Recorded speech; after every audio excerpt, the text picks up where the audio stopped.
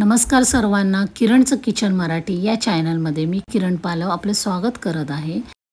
मी आता खेकडे कसे साफ करायचे ते मी दाखवणार आहे। मी इथे बाजारातून खेकडे आणलेले आहेत।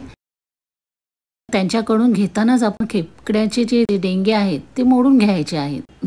मी व्यवस्थित साफ करून घेतले आहे, पाणी घालून व्यवस्थित साफ करून घेतले आहे। ज्या खेकड्यांना काय वेळेला माती लागलेली असते ती थोडीशी ब्रशच्या सहाय्याने साफ करायची आहे।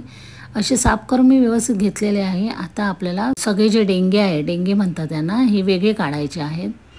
त्यानंतर त्यांचे पेंद्या साफ करून घ्यायचे आहेत। जे लहान त्यांचे पार्ट्स असतात, ते पार्ट्स ते वेगळे करायचे आणि त्याची आपल्याला ग्रेव्ही करून घ्यायची आहे।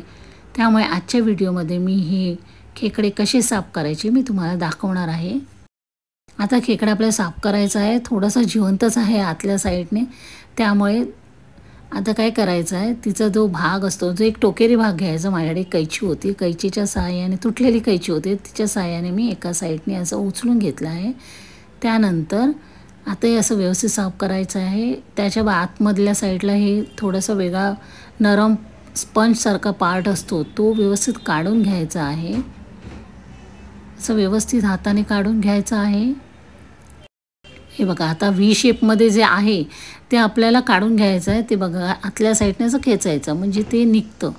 आता आपला खेकडा आहे तो व्यवस्थित तयार झालेला आहे।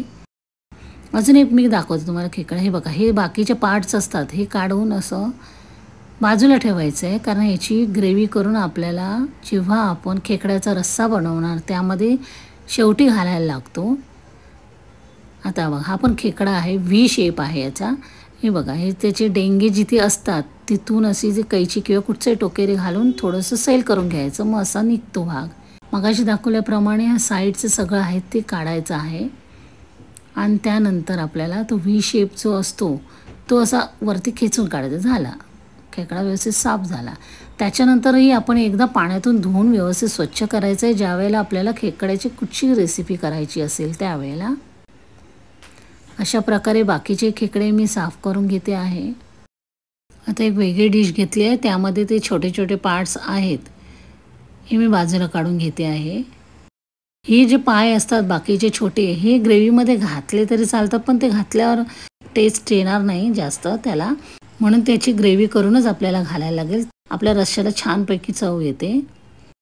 हे बघा, इथे बघा, हा व्ही शेप आहे। हा व्ही शेप आहे म्हणजे खेकडा मेल आहे, हा पण व्ही शेपमध्ये आहे। जेव्हा इथे यू शेप असतो त्यावेळेला ते फिमेल असते, म्हणजे खेकडी असते। हा खेकडाच आहे। इथे मला सगळेच खेकडे मिळालेले आहेत। खेकडा आणि खेकडी कशी ओळखायची ते मी तुम्हाला सांगितलं आहे। आता बघा, किती घट्ट आहे, अजून निघत नाही, म्हणून त्यामुळे इथे मला थोडंसं चाकू घालून असा थोडंसं तिथे सैल करून घ्यायला लागेल।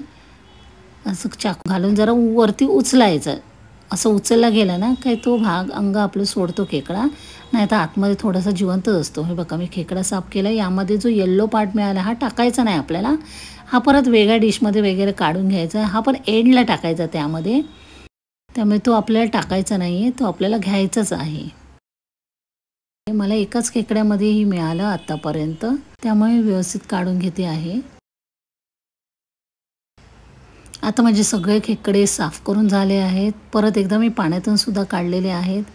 हे बघा, असे वेगळे वेगळे भाग केलेले आहेत मी। डेंगे वेगळे केले आहेत, पेंदे वेगळे केलेले आहेत, त्यानंतर पायाचा भाग वेगळा केलेला आहे। खेकडा व्यवस्थित असा तयार करून घ्यायचा आहे। त्याआधी कसं साफ करायचं आहे मी या व्हिडिओत दाखवलेलं आहे। आय बटनवर मी खेकड्याची रेसिपी दिलेली आहे, ती तुम्ही पाहू शकता।